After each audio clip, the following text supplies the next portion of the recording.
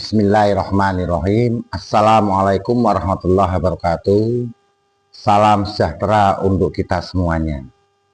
Perkenalkan, saya Hoirul Anam, dosen tetap program studi teknik mesin Fakultas Teknik dan Ilmu Komputer Universitas Muhammadiyah Pekajangan Pekalongan UMPP. Pada kesempatan ini saya akan memaparkan tentang proses perencanaan, pelaksanaan, dan penilaian dalam perkuliahan dari salah satu mata kuliah yang saya ampu, yaitu mata kuliah Termodinamika 2. Dan video ini kami buat sebagai bagian profil dosen dan data, uji kompetensi teknis, pedagogik, dan tambahan dari sertifikasi dosen tahun 2025. Yang pertama, rencana pembelajaran semester. Mata kuliah Termodinamika 2 merupakan lanjutan dari Termodinamika 1 dengan beban 3 SKS. Capaian pembelajaran mata kuliah ini adalah mahasiswa mampu menganalisis sistem termodinamika terbuka dan tertutup secara kuantitatif menggunakan hukum-hukum termodinamik, terutama pada siklus daya dan sistem refrigerasi. Metode pembelajaran yang digunakan dalam kuliah ini adalah tatap muka, studi kasus, serta diskusi terstruktur dengan pendekatan student center learning. Sumber utama yang digunakan antara lain adalah Thermodynamic and Engineering Approach karya Yunus Cengel dan Mr. Bolz. Capaian pembelajaran mata kuliah yang kedua.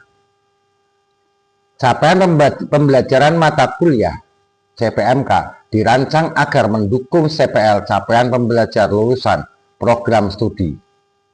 Contohnya, CPMK 1, mahasiswa mampu menjelaskan konsep dasar siklus daya dan uap, daya gas dan uap. Yang kedua, mahasiswa mampu menghitung efisiensi siklus Rankine, Brayton, dan sistem refrigerasi. Yang ketiga, mahasiswa mampu memecahkan persoalan termodinamika dengan perangkat lunak, bantu, atau tabel properti. Yang keempat, mahasiswa mampu menyampaikan hasil analisis secara tertulis dan lisan. Yang ketiga, strategi pembelajaran. Strategi pembelajaran yang kami pakai adalah yang pertama, ceramah interaktif dan problem solving untuk materi konsep. Yang kedua, diskusi kelompok untuk membahas studi kasus siklus daya. Yang ketiga, tugas individu dan kuis daring untuk menilai pemahaman mandiri. Berikutnya adalah proyek akhir mini studi berupa analisis sistem termal sederhana. Untuk yang keempat, sistem penilaian. Sistem penilaian dirancang berbasis CPL dan CPMK dengan komponen sebagai berikut. Yang pertama, tugas dan kuis 20%, UTS 25%, UAS ujian akhir semester 30%, proyek akhir atau studi kasus 15%, dan yang terakhir adalah partisipasi dan keaktifan diskusi mahasiswa 10%. Seluruh komponen ini bertujuan untuk menilai penguasaan pengetahuan, kemampuan analisis, dan keterampilan berkomunikasi mahasiswa. Berikutnya, rubrik penilaian. Penilaian tugas dan proyek menggunakan rubrik kinerja yang distandarisasikan sebagai contoh. Rubrik proyek akhir analisis siklus Rankine. Kriteria ketepatan perhitungan, skor 4 seluruh perhitungan benar dan tepat, dan untuk skor 2, skor 1 tidak tepat sama sekali. Yang kedua, pemahaman konsep, skor 4 analisis mendalam dan tepat, skor 1 tidak memahami konsep. Yang ketiga, presentasi laporan, skor 4 baik terstruktur, rapi, dan komunikatif. Yang skor satunya tidak sistematis. Terus yang berikutnya untuk relevansi, referensi valid, dan muhtahir. Yang untuk skor satunya tidak menggunakan referensi. Dengan penyusunan RPS yang selaras dengan CPL, penerapan metode pembelajaran aktif serta sistem penilaian yang objektif dan transparan, diharapkan pembelajaran termodinamika 2 mampu menghasilkan lulusan yang kompeten, analitik, dan siap menghadapi tantangan di bidang teknik energi. Berikutnya akan kami perlihatkan video singkat tentang pembelajaran sebuah mata kuliah termodinamika dalam salah satu pertemuan. Terima kasih. Wassalamualaikum warahmatullahi wabarakatuh. Ya, assalamualaikum warahmatullahi wabarakatuh. Terima kasih.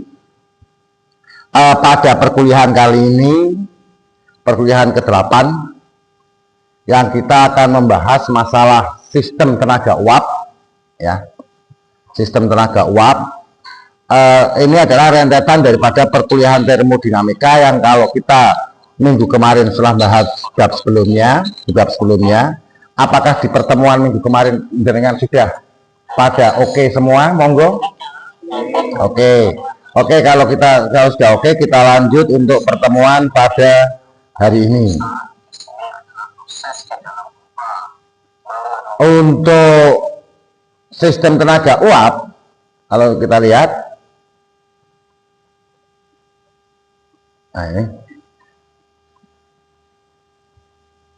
bab yang akan kita pelajari masalah pengantar pembangkit tenaga. Yang kedua,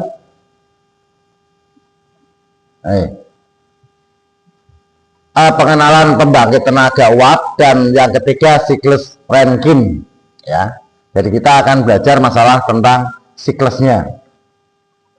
Oke, berikutnya capaiannya diharapkan Mahesa mampu menjelaskan prinsip dasar daripada tenaga uap, termasuk siklus Rankine ideal dan modifikasinya, serta peran utama komponen seperti boiler, turbin uap, kondensor, dan pompa. Ini 4 komponen daripada sistem tenaga uap. Yang kedua, Mahesa mampu menganalisa perform daripada performance termodinamik dari sistem tenaga uap menggunakan hukum pertama dan kedua termodinamika, serta menghitung efisiensi termal daripada siklus Rankine. Oke, ini capaian yang diharapkan dari mahasiswa, buat mahasiswa. Terus kita masuk ke materi pembangkit tenaga listrik. Oke, kalau kita lihat sumber listrik energi listrik di Indonesia, yang pertama ini yang paling besar, kita masih mengandalkan daripada apa? Batu bara. Ini yang paling besar, batu bara full. Yang kedua yaitu gas. Yang ketiga oil, minyak. Yang keempat hidro. Yang kelima baru geothermal. Padahal di daerah kita posisi hidro ini sangat tinggi, ini masih perlu dikembangkan. Nah, terus untuk tenaga nuklir saat sekarang Indonesia belum menggunakannya. Total daripada kebutuhan energi di Indonesia adalah 28.308 megawatt. Oke, lanjut. Nah, kok nggak bisa? Bentar.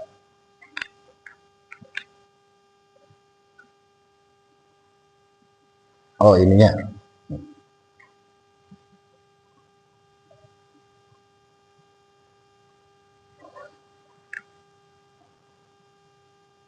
Nah, ini sebaran pembangkit listrik di Indonesia.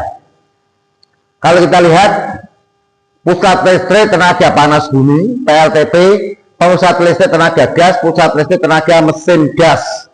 Nah ini sebaran untuk titik-titiknya yang ada di Indonesia. Ini bisa jenengan lihat nanti sambil tiduran di rumah. Oh ternyata di Pulau Jawa ada ini. Oh ternyata di Batang ada PLTU, pembangkit listrik tenaga uap yang dengan bahan bakar coal atau batu bara. Terus ada lagi yang di PLTU Suralaya. Ini jenengan bisa sambil tidur menikmati, ya, monggo. Oke, terusnya perkiraan pembangkit listrik tenaga sampai tahun 2050. Semoga saya masih bisa menikmati. Ya, ini dari coal semua siklusnya banyak yang kalau kita lihat dari sistem ini banyakkan daripada Rankine 1, 2, 3, 4, 5 sampai 6 berapa itu sampai 6 Rankine yang kemudian Brighton. Nah ini hidroelektrik sama wind tidak menggunakan termodinamik, masanya dari angin langsung mekanik ya. Ini dari sistem-sistem yang ada. Oke kita lanjut. Nah, sumber listrik di Indonesia tabel 8.1 ini current US Electric, ini sumber di Amerika 37%. Amerika, kalau kita lihat di Amerika sumbernya mereka sudah menggunakan batu bara 37%, gas alam 30%, nuklir sudah 19%. Kita belum sama sekali. Kalau penelitian nuklir dari awal, dari tahun ke tahun sudah, ya sejak tahun 60-an sudah mengadakan penelitian untuk energi tenaga nuklir. Ini. Oke, lanjut.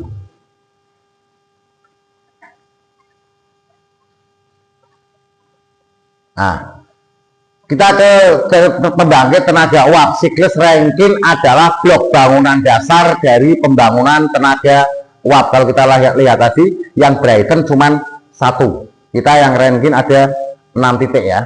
Nah ini. Pada siklus Rankine, pada tenaga uap ini dibagi menjadi 4 blok. 1A, oke, blok A, blok B, blok C, dan blok D. Di mana bagian-bagian dari blok ini adalah ada macam-macamnya. Yang pertama blok A. Di blok A ini yang terdiri dari boiler, terus fossil fuel dan udara.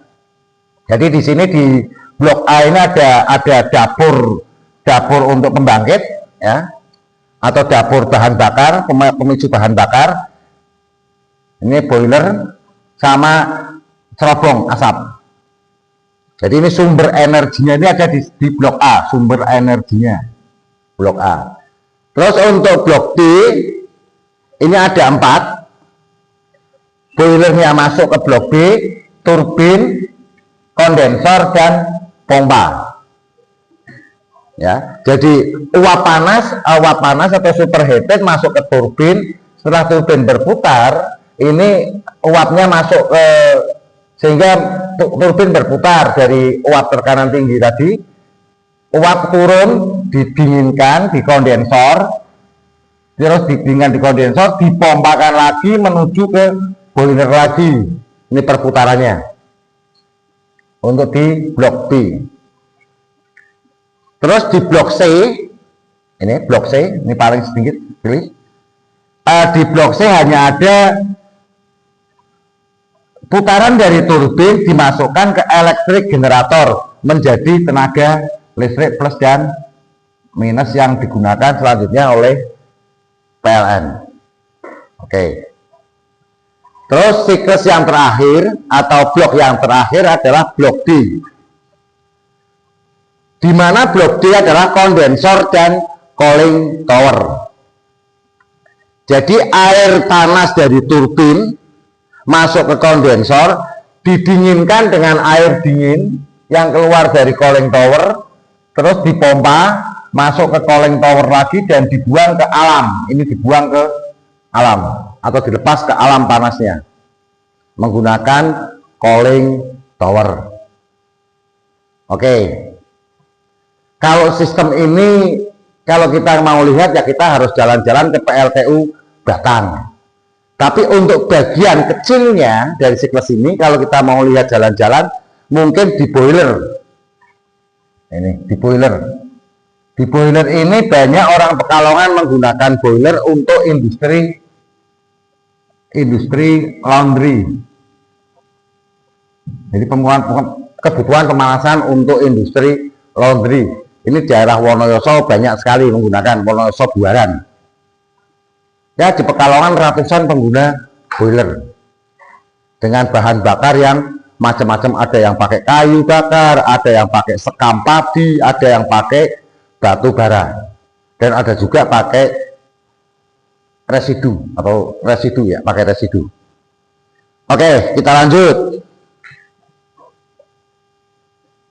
Oke, sebelum kita lanjut, apakah ada pertanyaan untuk masalah ini? Ya, oke, kita lanjut ya.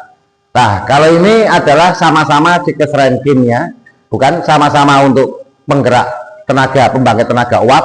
Kalau ini menggunakan daripada reaktor nuklir pembangkitnya. Ini reaktor Tesla sistemnya, sama aja boiler di dalamnya, masuk dari boiler, uap panas masuk ke turbin dan elektrik generator. Uap panas dari turbin masuk ke kondensor, didinginkan, dipompakan lagi ke boiler. Hanya sistem pembangkit energinya yang berbeda dari reaktor turbin, reaktor nuklir. Sorry. Ya, itu terus. Kalau yang ini dari apa? Matahari, ya, ini pembangkitnya. Jadi air dipompakan ke panel yang di sinar sama matahari, uap panas, cahaya panas dari matahari, terus masuk ke APK, alat penukar kalor. Di sini di APK muncul uap panas, lari ke turbin, prosesnya sama lagi dengan yang tadi, masuk ke kondensor, didinginkan, dipompakan lagi, berputar. Dan kondensor ini didinginkan menggunakan air dari cooling tower. Ini. Jadi ada satu lagi. Ini untuk panas bumi. Pembangkit dari panas bumi. Sama aja. Ini head pakainya alat penukar panas, heat exchanger. Air dipompakan, diinjek ke dalam. Keluar dipompa dari pompa, ini dengan pompa kita keluarkan uap panas atau panas dari bumi masuk ke heat exchanger. Di heat exchanger uap panas dihasilkan lari ke turbin, ya, turbin menggerakkan elektrik generator. Sama aja prosesnya, kesininya sama, dari sini ke sini sama. Oke. Dari sini ini sama semua. Yang beda hanya di pembangkit panasnya. Ini 4 daripada sumber pembangkit. Oke.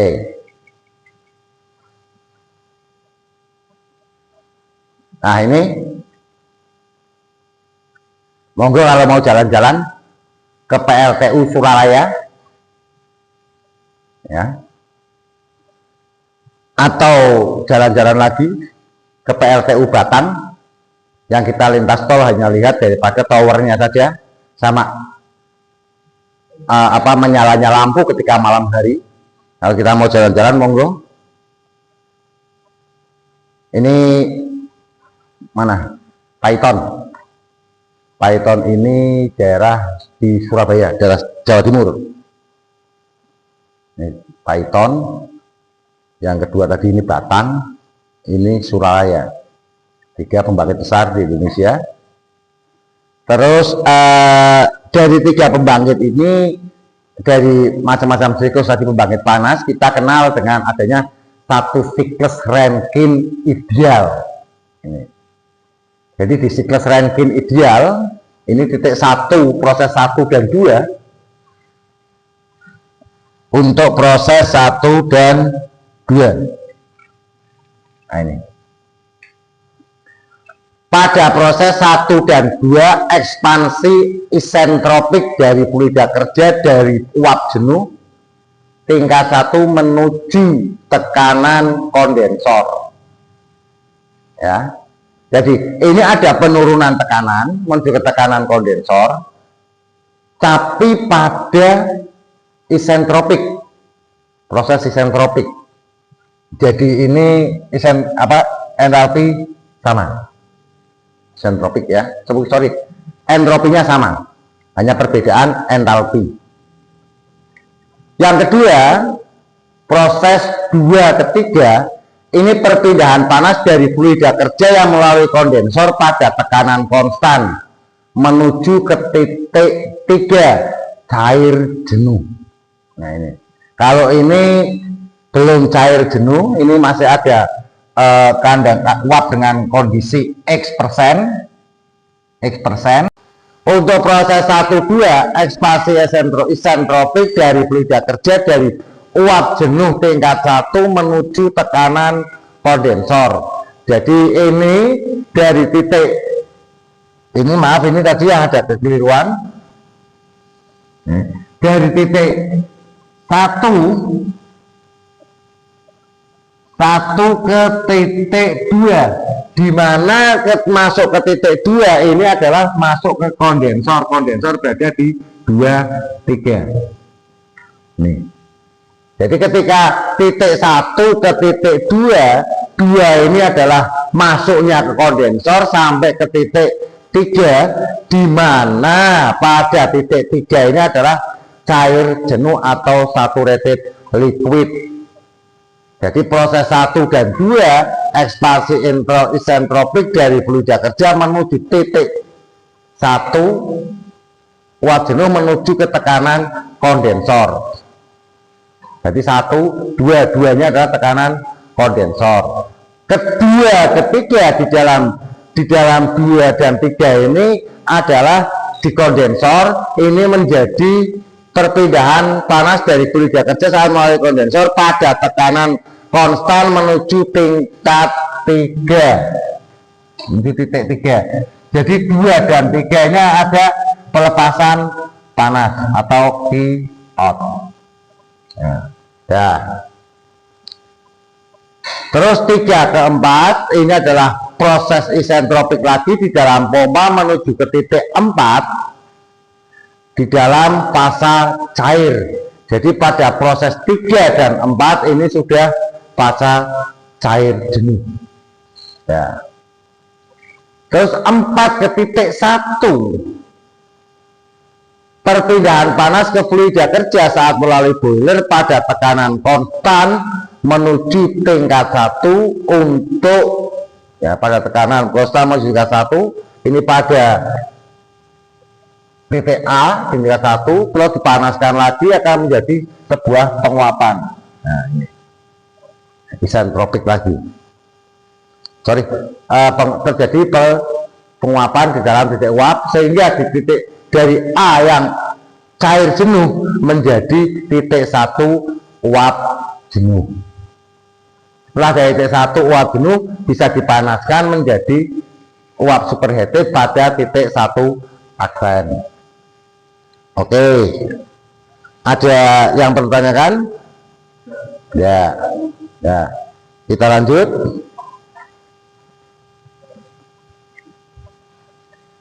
Sekarang model siklus Rankine. Jadi dalam permodelannya untuk siklus Rankine ini kita akan ketemu pada turbin boiler ada panas masuk, dan pada boiler ada panas masuk, ada proses kerja pada turbin, dan Q-out pada kondensor, serta ada tenaga pada pompa. Oke, untuk yang pertama turbin, kerja turbin per satuan massa laju massa ini akan sama dengan H1 entalpi pada titik 1 dikurangi entalpi pada titik 2. Ini pada TK1, ini pada TK2. Ini untuk turbinnya. Terus setelah pada turbin masuk ke kondensor akan muncul Q-out atau panas keluar. Sehingga pada panas keluar persatuan masanya, laju masanya, ini panas keluar persatuan laju massa akan sama dengan entalpi pada titik 2 dikurangi entalpi pada titik 3. Ini entalpi pada titik 2 dikurangi entalpi pada titik 3. Setelah itu masuk ke dari kondensor, air dialirkan dengan pompa. Pada pompa, tenaga pompanya laju pompa ini, tenaga kerja persatuan massa dibagi dengan persatuan waktu dibagi laju massa persatuan waktu sama dengan H4 min H3. Nah. Terus ini akan muncul lagi urut pada boiler, Q-in panas masuk pada boiler, laju panas masuk pada boiler persatuan waktu dibagi dengan laju massa persatuan waktu sama dengan H1 min H4. Ini semua kita cari pada tabel entalpi. Terus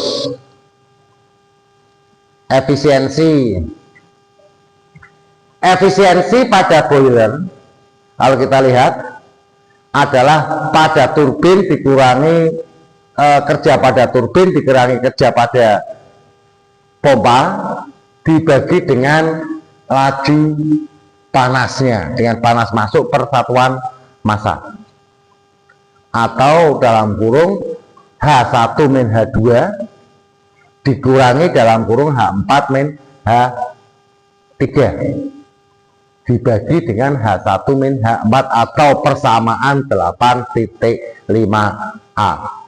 Jadi dengan ini persamaan ini.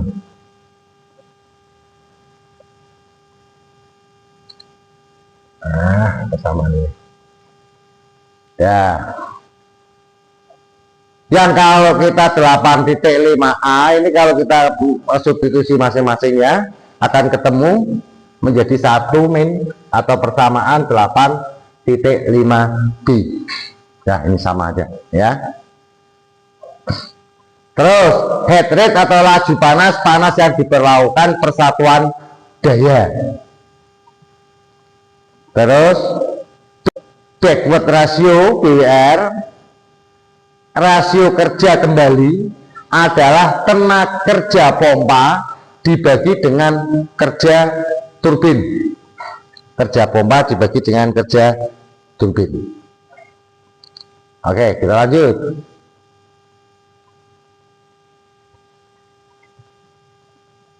Nah, contoh soal. Jadi kita punya siklus, mulai dari kita belajar siklus Rankine, tetap sama si Rankine. Ya, siklus Rankine. Ini Rankine. Terus uap jenuh masuk turbin pada tekanan 8 megapascal. Uap jenuh masuk turbin, jadi sama dengan titik 1 TK1. Ini bukan TK1 ya. Dan uap cair jenuh keluar kondensor. TK berapa? Uap cair jenuh TK kondensor. Ayo kalau kita lihat tabelnya tadi. Nih, bukan ini ya. Bentar, kekeliruan.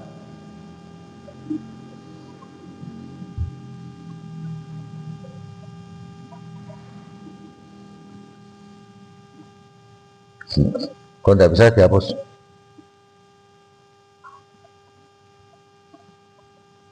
Ini.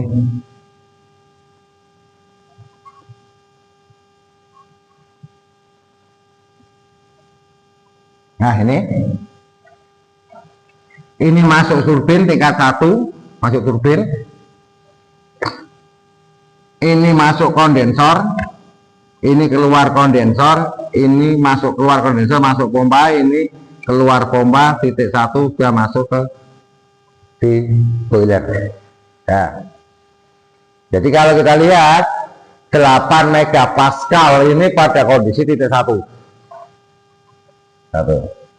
Terus dan uap cair jenuh keluar kondensor pada tekanan 0,08 ini pada titik 3. Ya. Terus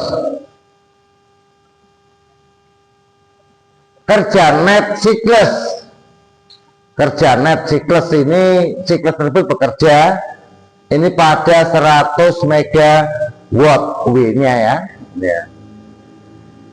Untuk siklus tersebut tentukan yang pertama efisiensi, yang kedua masalah di WR, terus yang ketiga laju aliran massa uap M dot massa uap. Nah, terus yang ketiga, yang keempat laju perpindahan panas fluida di dalam boiler atau in. Ya.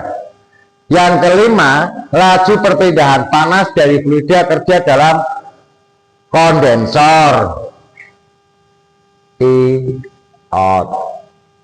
Terus yang keenam, laju aliran massa air pendingin pada kondensor M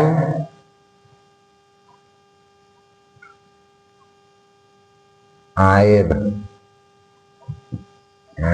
Ya. Ini daripada 6 sebuah pertanyaan pada contoh soal. Oke, kita bahas satu-satu.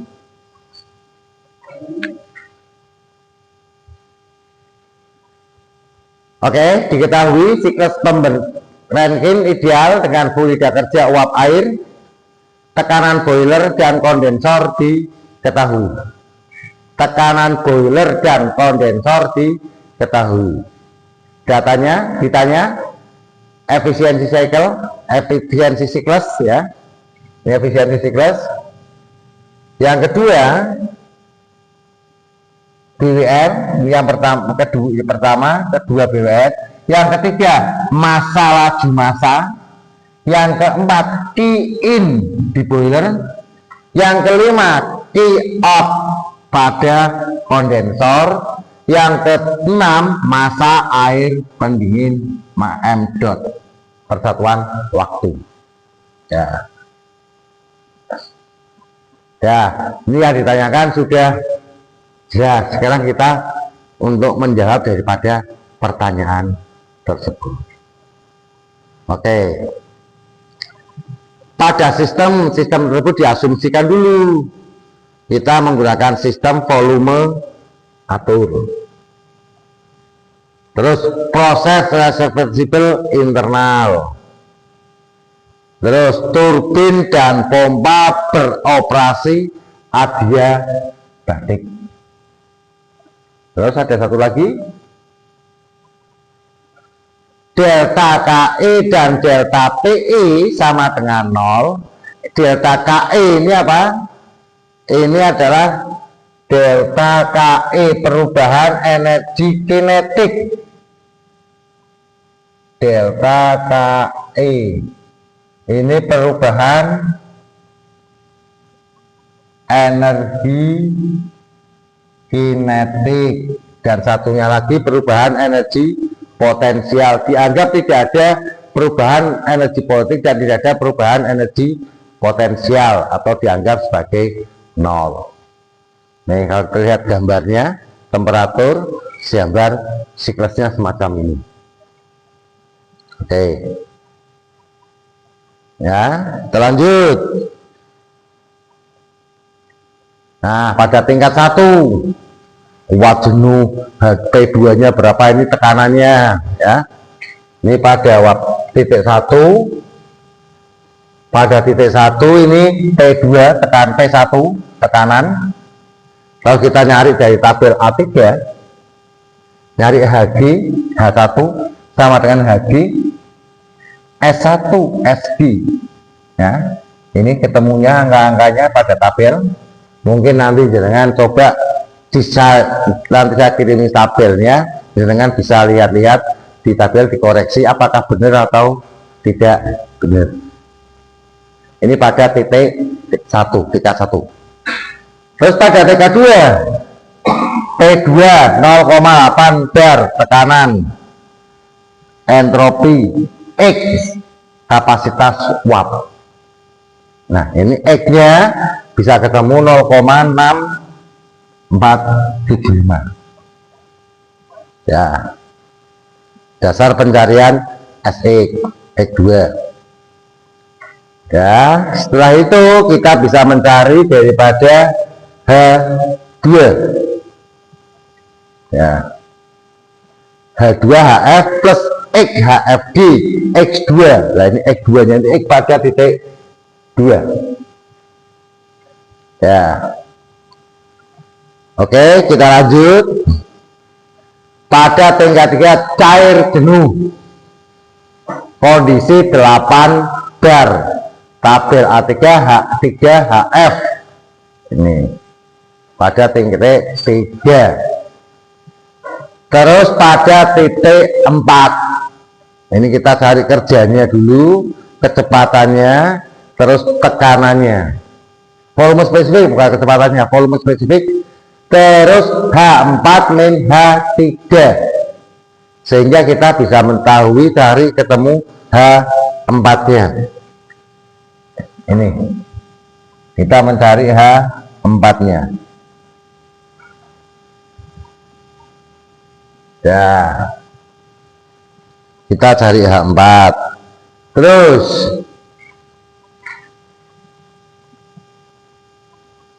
nah, setelah ini jawabannya efisiensi siklus WT min WT per Qin. Terus ketemunya 37,1 ini. Nah, ini nanti pejuang-pejuang yang kayak jenengan tadi. Jadi diharapkan jenengan dengan keilmuannya terus studi atau terus riset, biar posisi ini dengan ini biar mencapai sekitar 60%. Ini bagaimana caranya? Tambah alat apa biar siklusnya 60%. Jadi tidak ada efisiensi yang luar biasa. Terus yang ketiga, yang selanjutnya BWR atau WT per WT, ya, atau H4 min H3 per H1 min H2. Ini kondisinya 84%, 0,84. Oke, terus laju massa. Ini laju massanya dari sistem dikurangi dengan H1 dibagi dengan H1 min H2. Ini apa ini? Ini sama ini. Nah, ini akan muncul daripada M dot atau laju massa sistem. Jadi laju airan uap jenuh, uap. Terus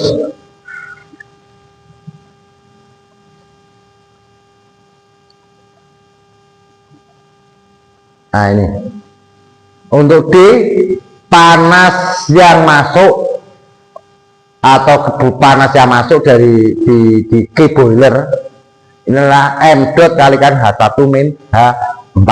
Ini bisa mengetahui mencari panas yang masuk berapa, panasnya itu maksimal yang dihasilkan berapa yang masuk.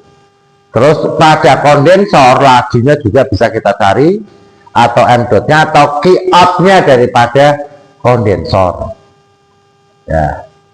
Terus yang F ini kalau kita lihat, ini laju aliran panas di laju aliran dingin. Ini sehingga kalau kita lihat persamaan akan muncul Q ini 0 sama dengan Q min V plus NV, ya, kalikan H1 in out kalikan plus M kalikan H2 min H3, persamaan energi.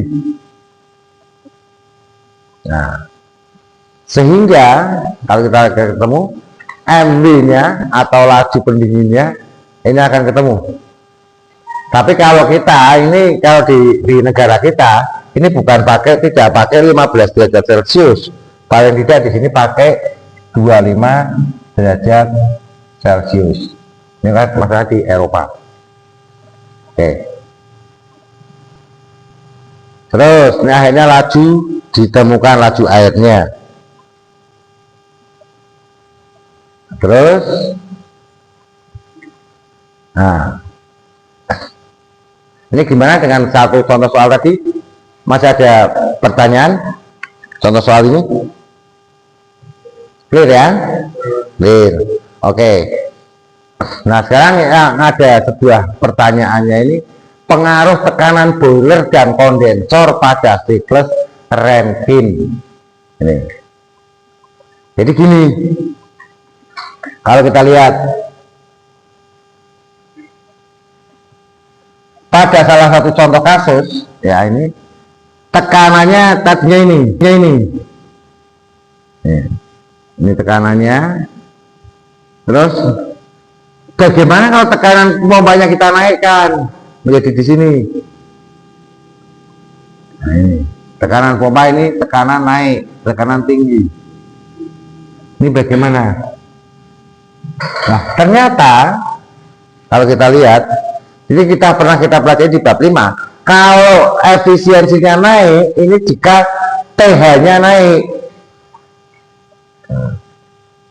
TH naik, ini efisiensi akan naik. Jadi bagaimana caranya agar kita tekanannya ini, tekanan dari pompa itu naik, ini biar titik satunya ini akan berada di atas.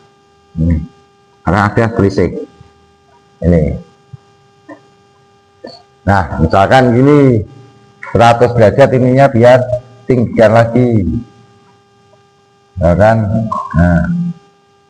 Nah, ini kita akan semakin naikkan efisiensi. Oke, berikutnya. Nih, ini yang perbandingan dengan siklus Carnot. Ya, pembanding dengan siklus Carnot pada siklusnya. Habis kok? Ya udah. Hah? Oke. Ini untuk reversibel kerugian utamanya. Terus contoh soal berikutnya monggo bisa dengan pelajari di rumah. Oke.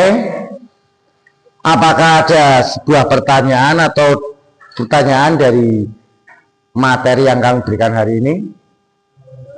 Belum ada. Oke, kalau tidak ada, mungkin ini saya kasih oleh-oleh buat jenengan, buat bekal menjelang tidur malam. Nah ini, coba di otak-atik sendiri di rumah bagaimana hasilnya. Pada pertemuan yang akan datang mungkin ini bisa kita bahas lagi, bisa kita ulangi review soal ini sebagai pengantar untuk kita masuk ke Rankine-nya. Jadi kita soal ini kita kerjakan, minggu depan kita bahas bareng-bareng. Bagaimana? Oke? Oke, kalau gitu terima kasih karena Anda ada pertanyaan. Semoga sudah dong semua. Ya, dan kita harapkan di pertemuan selanjutnya ada sebuah hasil daripada kerja dengan kita bahas, kita koreksi bersama-sama. Mungkin itu aja. Terima kasih. Assalamualaikum warahmatullahi wabarakatuh.